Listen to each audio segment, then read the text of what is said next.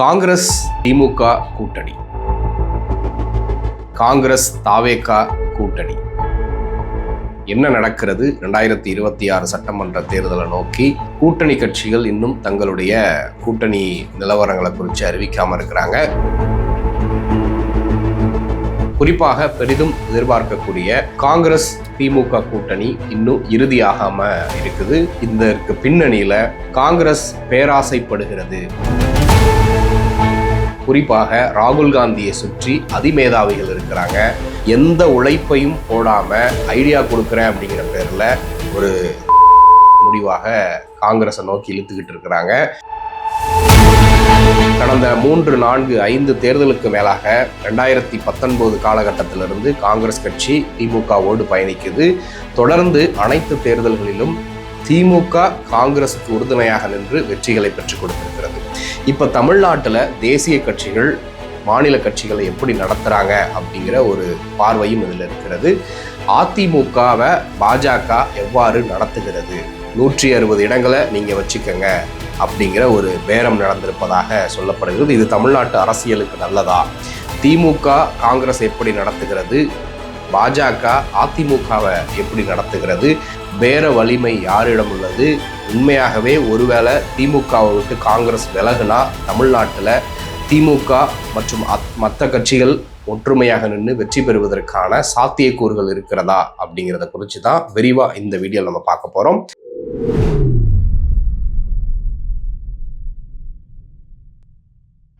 கோபாசை நண்பர்களுக்கு வணக்கம். வீடியோக்குள்ளே போகிறதுக்கு முன்னாடி சேனலை மறக்காமல் சப்ஸ்கிரைப் பண்ணிடுங்க. இந்த வீடியோவை லைக் பண்ணிவிட்டு உங்கள் கருத்துக்களை மறக்காமல் கமெண்ட் செக்ஷனில் பதிவிட்டுருங்க. 2026 சட்டமன்ற தேர்தலுடைய அறிவிப்பு இன்னும் சில தினங்களில் மார்ச் 10ஆம் தேதி இல்லை 12ஆம் தேதிக்குள்ளாக வந்துடும் அப்படிங்கிற செய்திகள் வந்திருக்கிறது. அதற்குள்ளாக கூட்டணி பற்றின விவரங்கள் இறுதி செய்யப்படணும். தமிழ்நாட்டில் 2019 தொடர்ந்து அனைத்து தேர்தல்களிலுமே வெற்றி பெறுகிறது திமுக தலைமையிலான காங்கிரஸ், விசிக போன்ற கட்சிகள் உள்ளடங்கிய கூட்டணி. இப்படி எல்லா தேர்தல்களிலும் வெற்றி பெறுவது மட்டுமல்லாம இந்தியா முழுக்க ஒரு செய்தியை திமுக தலைமையில் இருக்கக்கூடிய, குறிப்பாக ஸ்டாலின் அவர்களுடைய ஆளுமைக்கு கீழ் இருக்கக்கூடிய இந்த கூட்டணி ஒரு செய்தியை சொல்லுது. பாஜகவை நம்மளால் ஒற்றுமையாக இருந்தால் தோற்கடிக்க முடியும். இந்தியா முழுக்க சமூக நீதி அப்படிங்கிற ஒரு வார்த்தையை, ஒரு ஐடியாலஜியை, ஒரு நரேஷனை, ஒரு நரேட்டிவை செட் பண்ண முடியுது. பிஜேபியை தோற்கடிக்க முடியும்னா அது தமிழகத்தில் இருக்கக்கூடிய அந்த ரெயின்போ கோலிஷன் நிச்சயமாக முடியும். இந்த ஒரு புரோட்டோடைப் தான் இந்தியா முழுக்க இதை செயல்படுத்தினா நிச்சயமாக பாஜகவை தோற்கடிக்க முடியும் அப்படிங்கிறத கிட்டத்தட்ட அதை நிரூபிச்சே காட்டியிருக்கிறாங்க. ஏன்னா 2024 நாடாளுமன்ற தேர்தலில் மிகப்பெரிய அளவுல பாஜகவை பின்னடைவு செய்ய வச்சது இந்த கான்செப்ட் தான் அப்படிங்கிறத பார்க்குறோம். ஏன்னா 2024 நாடாளுமன்ற தேர்தலில் காங்கிரஸ் கட்சி கூட வேண்டாம், நம்ம ஒரு தேர்ட் ஃப்ரண்ட் அமைச்சிக்கலாம், காங்கிரஸை கழட்டி விட்டுருங்கன்னு மம்தா பானர்ஜியிலிருந்து சரத்பவார்லேருந்து அரவிந்த் கெஜ்ரிவால் வரைக்கும் சொன்னப்ப இன்றைக்கு இருக்கக்கூடிய முதல்வர் ஸ்டாலின் அவர்கள் தான் இல்லை, காங்கிரஸ் இல்லாமல் தனி ஒரு அணியை அமைச்சா அது வேலைக்காகாது அப்படின்னு முழுக்க டிஃபெண்ட் பண்ணி பேசினது. 2019 நாடாளுமன்ற தேர்தலில் யாருமே ராகுல் காந்தி அவர்களை பிரதமர் அப்படின்னு அறிவிக்கிறதுக்கு தயங்குறப்ப துணிஞ்சு குரல் கொடுத்தாரு காங்கிரஸுக்காக, ராகுல் காந்திக்காக நமது முதல்வர் ஸ்டாலின் அவர்கள். இன்றைக்கு காங்கிரஸ் கட்சி என்ன மாதிரியான நடவடிக்கைகளில் ஈடுபட்டு கொண்டு வருகிறார்கள் அப்படிங்கிறத நம்ம பார்த்தோம் அப்படின்னா ரொம்ப பரிதாபமான நிலையில காங்கிரஸ் இருக்குது அப்படிங்கிறத தான் நம்ம வெளிப்படுத்தணும். காரணம் என்னன்னா, கடந்த 4 ஆண்டுகளாக ஒரு தத்தி மாதிரி உட்காந்துக்கிட்டு எந்த வேலையும் செய்யாம திமுக முதுகு மேலே ஏறி பயணம் செஞ்சுக்கிட்டு இன்றைக்கு கடைசி நேரத்தில் எனக்கு 30 சீட்டு கொடு, 40 சீட்டு கொடு, 30+2 ராஜ்யசபா சீட்டு கொடுன்னு கேட்கறதெல்லாம் கொஞ்சம் கூட நியாயமே இல்லாத ஒரு விஷயமாக தான் பார்க்க முடியுது. இன்றைக்கு விசிகாவாக இருக்கட்டும், இடதுசாரி கட்சிகளாக இருக்கட்டும், இஸ்லாமிய அமைப்புகள் மற்றும் கட்சிகளாக இருக்கட்டும், கடந்த 4 ஆண்டுகளில் பாஜகவை எதிர்த்து பல்வேறு போராட்டங்கள் தமிழ்நாட்டில் பண்ணியிருக்கிறாங்க, போஸ்டர் ஒட்டியிருக்கிறாங்க. ஐடியாலஜிக்கலாக மக்கள் அரசியல் படுத்துறதுலேருந்து பல்வேறு விதங்களில் மக்களாக தொடர்புல இருக்கிறாங்க. இப்போ காங்கிரஸ் கட்சி என்ன சொல்லுதுன்னு பார்த்தீங்கன்னா, எங்க ராகுல் காந்தி அவர்களுக்கும், பிரியங்கா காந்தி அவர்களுக்கும், சோனியா காந்தி அவர்களுக்கும் மிகப்பெரிய அளவுல மக்கள் மத்தியில வரவேற்பு இருக்கு, மக்கள் மத்தியில ஆதரவு இருக்கு அப்படின்னு சொல்றாங்க. ராகுல் காந்திக்கு இருக்கலாம், பிரியங்கா காந்திக்கு இருக்கலாம். மற்ற தலைவர்கள்லாம் என்ன பண்ணாங்க? இன்றைக்கு 25 சீட்டுகள் வந்து போன தடவை கொடுத்துமே எத்தனை சீட்டு வந்து காங்கிரஸால வெற்றி பெற முடிஞ்சிச்சு? இன்றைக்கு வந்து விஜயை வந்து தாவேக்காவை வந்து பகடக்காயா வச்சுக்கிட்டு காங்கிரஸ் விளையாடுறது வந்து அன்றைக்கு இத்தனை தேர்தல்களில் வந்து திமுக வந்து காங்கிரஸுக்கு எப்பேற்பட்ட துணையாக நின்றது அப்படிங்கிறதெல்லாம் நினைச்சு பார்க்கணும்னு அரசியல் திறனாய்வாளர்கள் ஒரு பக்கம் பேசுறாங்க. ஆனா உண்மையாகவே காங்கிரஸ் இப்போ பண்ணக்கூடிய இந்த விளையாட்டு நிச்சயமாக காங்கிரஸுக்கு தான் பாதிப்பே தவிர திமுகவுக்கு எந்த வகையிலையும் பாதிப்பு இல்லை அப்படிங்கிறது தான் கணக்கு வழக்குகளை பார்க்குறப்ப தெரியுது. ஏன்னா இன்னைக்கு ஒருவேளை தாவேக்காவும் காங்கிரஸும் கூட்டணி அமைது அப்படின்னு வச்சுக்கிட்டாலும் தாவேக்கா இதுவரைக்க ப்ரூவ் பண்ணாத ஓட் பேங்கை தான் கையில் வச்சிருக்கிறாங்க. உண்மையாகவே விஜய் அவர்கள் இப்போ ப்ரூவ் பண்ணுவார் அப்படிங்கிறத தாண்டி உண்மையிலே அவருக்கு அரசியலில் இன்ட்ரெஸ்ட் இருக்கா அப்படிங்கிற கேள்வி நாளுக்கு நாள் அதிகரிக்க தொடங்குது. ஏன்னா அவ்வளவு வாய்ப்புகள் அவருக்கு கிடைக்கப்பற்றும் அவர் வந்து ஒரு முழு வீச்சில் ஒரு அரசியல் பண்ணக்கூடிய நபராக களத்துக்கு வராமல் இருக்கிறாரு அப்படிங்கிறத பார்க்குறோம்.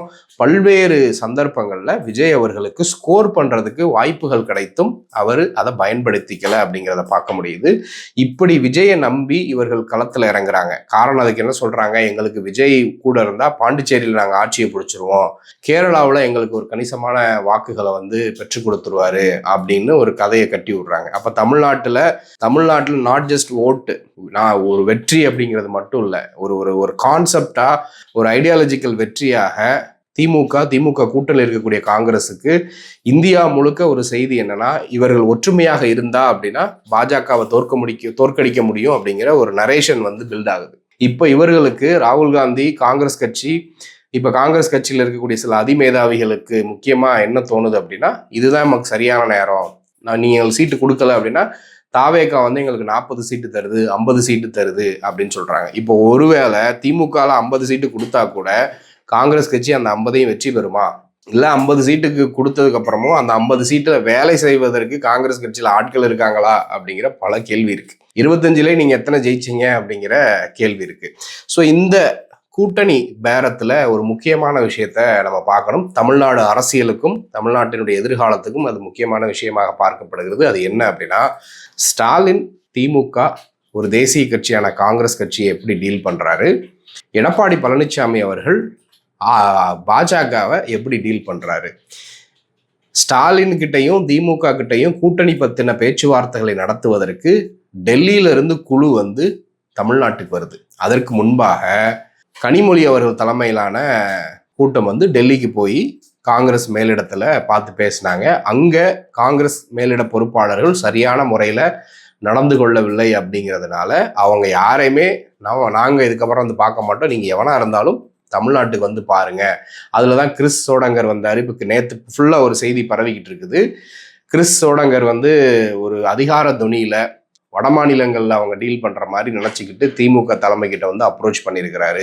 ஆனா திமுகவில் கம்ப்ளீட் டேட்டாவோட ஒவ்வொரு தொகுதியிலையும் நீங்க கடந்த தேர்தல்களில் எவ்வளவு வாக்குகள் பெற்றீங்க, அதுல வாக்குகள் பெறுவதற்கு தேர்தல் வேலைப்பாடுகள்ல யார் யாரெல்லாம் நின்னாங்க, எவ்வளவு பணம் செலவு பண்ணீங்க, இப்போ உங்களுக்கு மக்கள் மத்தியில் எவ்வளவு ஆதரவு இருக்கு அப்படிங்கிற கம்ப்ளீட் டேட்டா பேஸோட அப்ரோச் பண்றாங்க. அப்படி டேட்டா பேஸோட அப்ரோச் பண்றப்ப காங்கிரஸ் தரப்புல இருந்து அவர்கள் கேட்கக்கூடிய 35 தொகுதி 40 தொகுதிக்கான ஜஸ்டிஃபிகேஷன் கொடுக்க முடியல. எந்த அடிப்படையில நீங்க சீட்டு கேட்குறீங்க அப்படிங்கிற கேள்வி கேட்டா காங்கிரஸால கொடுக்க முடியல, அதனால அந்த இதுல இருந்து நான் பின்வாங்கிக்கிறேன் அப்படின்னு உள்ளுக்குள்ள போயிருக்கு. அதனாலதான் இன்றைக்கு ப. சிதம்பரமும் செல்வ பெருந்தகை அவர்களும் களத்துல குதிச்சிருக்கிறாங்க அப்படிங்கிறத பார்க்க முடியுது. இதுல வந்து இந்த கூட்டணி பேரத்தை எப்படி நடத்துறாங்க அப்படின்னு பாத்தீங்கன்னா, இதுலையுமே ஸ்டாலின் அவர்கள் ஸ்கோர் பண்ணியிருக்கிறாரு அப்படின்னே சொல்லலாம். ஏன்னா தமிழ்நாட்டினுடைய மாநில உரிமை, அந்த மாநில சுயாட்சி அப்படின்னு வர்றப்ப ஒரு தேசிய கட்சி வந்து இங்க வந்து பார்கெயின் பண்ற மாதிரி அளவு பண்ணக்கூடாது. அப்படி அளவு பண்ண அது தமிழ்நாட்டுக்கும் நல்லதில்லை அப்படிங்கிறதான் முக்கியமாக பார்க்கப்படுது. இதே இடத்துல எடப்பாடி பழனிசாமி அவர்கள் அமித்ஷாவை சந்திக்கிறதுக்கு டெல்லி புறப்பட்டிருக்கிறாரு. இப்போ அந்த வட்டாரங்கள் என்ன சொல்லுது அப்படின்னா, அதிமுகவுக்கு 160 இடங்கள் இல்லை 150 இடங்கள் நாங்க கொடுத்துடுறோம், மீதியே எங்ககிட்ட கொடுத்துருங்க, நாங்க எங்களுக்குள்ளாக பிரிச்சுக்கிறோம், நாங்க பாஜகவா எவ்வளவு எடுப்போம், நாங்க யாருக்கு எவ்வளவு கொடுப்போம் அப்படிங்கிற கேள்வியெல்லாம் உங்களுக்கு வரவே கூடாது அப்படின்னு எடப்பாடி என்ன செய்யணும், அதிமுக என்ன பண்ணணும் அப்படிங்கிறத டிக்டேட் பண்றது அமித்ஷாவாக இருக்கிறார். ஸோ இதுதான் வந்து தமிழ்நாட்டினுடைய எதிர்காலத்துக்கு நல்லதில்லை. ஏன்னா அதிமுகவை பிடிக்குது பிடிக்கல, அது ஒரு திராவிட கட்சி. அதிமுக தலைமை வந்து இப்போ எடப்பாடி அவர்களுடைய கையில் இருக்கு அப்படிங்கிறதுனாலேயே அதிமுகவை ஓரம் கட்டணும், இல்லை அதிமுகவுக்கு போல ஆல்டர்னேட் ஒருத்தவங்களை வளர்த்து விட்டுறணும் அப்படின்னு பலரும் இங்கே முயற்சி பண்ணிட்டு இருக்கிறாங்க. தாவேகாவை கூட அதுக்குரிய ஆல்டர்னேட்டிவா பார்த்துட்டு இருக்கிறாங்க. பட் தாவேகாவுக்கு உண்மையிலேயே அந்த அளவுக்கு ஸ்டஃப் இருக்கா அப்படிங்கிறது தான் கேள்வியே. அவ்வளவு வாய்ப்புகள் கொடுக்கப்பட்டும் விஜயால ஸ்கோர் பண்ணி அரசியல்ல நிலை நிற்க முடியுமா அப்படிங்கிறதே ஒரு பெரிய சந்தேகத்துக்குரிய விஷயமாக இருக்கிறது. ஸோ எடப்பாடி பழனிசாமி அவர்கள் டெல்லி என்ன சொல்லுதோ அதை செய்யறதுக்கு தயாராக இருக்கிறாரு. ஆனா டெல்லியவே ஆட்டி படைக்கக்கூடிய இடத்துல இப்போ திமுக இருக்குது. இதுதான் இங்க முக்கியமாக பார்க்கக்கூடிய ஒரு விஷயமாக இருக்கிறது. இப்போ கடைசியில திமுக கூட்டணி உறுதியாக தான் இருக்கு அப்படின்னு செல்வ பெருந்தகை அவர்கள் சொன்னாலும், ப. சிதம்பரம் அவர்கள் சொன்னாலும், இப்படிப்பட்ட ஒரு கலைபரமான ஒரு சூழ்நிலையை காங்கிரஸ் ஏன் உருவாக்குது? ஒரு குழப்பமான சூழ்நிலையை இறுதி நேரம் வரைக்கும் ஏன் பண்றாங்க? பீகார்ல இப்படிதான் பண்ணாங்க, டெல்லியில இப்படிதான் பண்ணாங்க, மகாராஷ்டிராவில் இப்படிதான் பண்ணாங்க.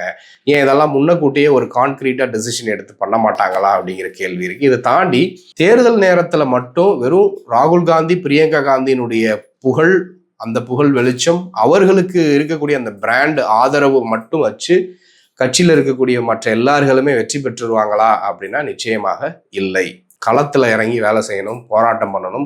அவ்வளவு வாய்ப்புகள் காங்கிரஸ் கட்சிக்கு கிடைத்தும் கடந்த 4.5 ஆண்டுகளாக என்ன பண்ணுனாங்க அப்படின்னு பார்த்தீங்கன்னா பெருசா ஒன்றும் பண்ணவே இல்லை. ஒரு ஆர்ப்பாட்டம் நடத்தலை, பொதுக்கூட்டம் போடலை, போஸ்டர் ஒட்டலை, டிபேட்லையும் வந்து பெரிய அளவுக்கு கலந்துக்கல. இப்படி இருக்கிறப்ப திமுகவினுடைய ஆதரவுல தான் வெற்றி பெறுகிறப்ப எனக்கு இத்தனை வேணும் அத்தனை வேணும்னு கேட்கறது எந்த விதத்துல நியாயம் அப்படிங்கிறது தெரியல. ஸோ இப்போ கூட்டணி உறுதியாக தான் இருக்குது அப்படின்னு சொல்றாங்க.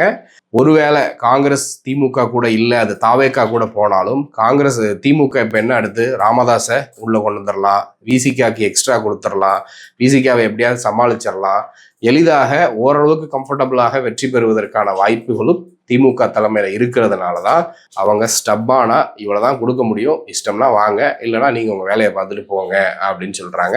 இப்போ காங்கிரஸ் வந்து தாவேக்கா கூட போனாலும் அது எந்த அளவுக்கு வெற்றி பெறும்? ஏன்னா ஒரு இடத்துல வெற்றி பெறணும் அப்படின்னா 35% மேல வாக்குகள் பெறணும். இப்ப தாவேக்காவுக்கு இது வரைக்கும் ப்ரூவே பண்ணல. அதிகபட்சம் காங்கிரஸுக்கு வந்து ஒரு 6% வாக்கு மாநிலம் முழுக்க தான் இருக்குமே தவிர ஒரே இடத்துல 15%. கன்னியாகுமரியில வேணா இருக்கலாம், நாகர்கோயில்ல கொஞ்சம் இருக்கலாம், இல்லை விருதுநகர்ல கொஞ்சம் இருக்கலாம், அப்புறம் மன்னார்குடி அதை ஒட்டி தஞ்சை மாவட்டத்தை ஒட்டி கொஞ்சம் இருக்கலாம். அதை தாண்டி வேற எங்க இருக்கு? டென்ஸா ஒரே இடத்துல இருக்கா அப்படின்னு கேட்டீங்கன்னா கிடையாது. ஸோ தாவேக்காவும் ஒரு தேர்தலை பார்த்தாதான் அவர்களுடைய பர்சன்டேஜ் ஆஃப் ஓட்ஸ் என்ன அப்படிங்கிறது தெரிய வரும். இந்த நிலைமையில காங்கிரஸ் இப்படி ஒரு முடிவு எடுக்குது அப்படின்னா டெஃபினட்டா இது வந்து ஒரு இதுதான் அப்படிங்கிறத பார்க்குறோம். தொடர்ந்து இதை குறித்து பேசலாம். இதை குறித்து நீங்கள் என்ன நினைக்கிறீங்கன்றது மறக்காம கமெண்ட்ல சொல்லுங்க. நன்றி.